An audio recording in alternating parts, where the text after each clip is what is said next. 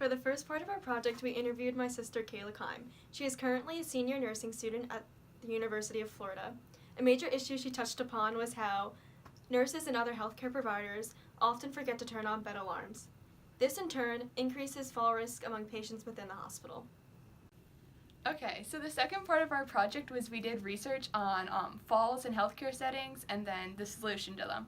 So patient falls are considered the most common issue reported by nurses, and each year there's approximately 700,000 to 1 million falls in healthcare settings.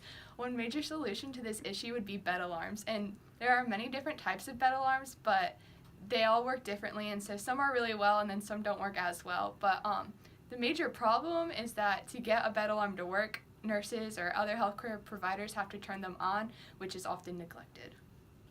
So there are pros and cons for bed alarms. Some pros of bed alarms is that they ultimately lower the fall risk in healthcare settings and they protect the patient's safety. And with bed alarms, they often quickly notify healthcare providers that there's an issue going on with the patient that they need to address very quickly.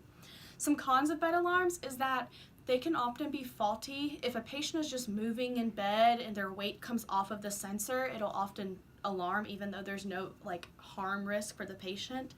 And this often irritates patients and just makes them kind of annoyed with it just kind of going off all the time, even though they're just rolling over to the other side of the bed.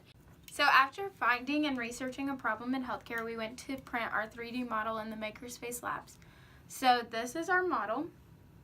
And it does not fully replicate what we would like to make. However, this interface would utilize technology. So when a healthcare provider left a room without turning the bed alarm off, then the interface would go off. If the provider wanted to override the system, for example, if PT was in the room, they could, or they could go back and turn the bed alarm on, thus turning the interface alarm off.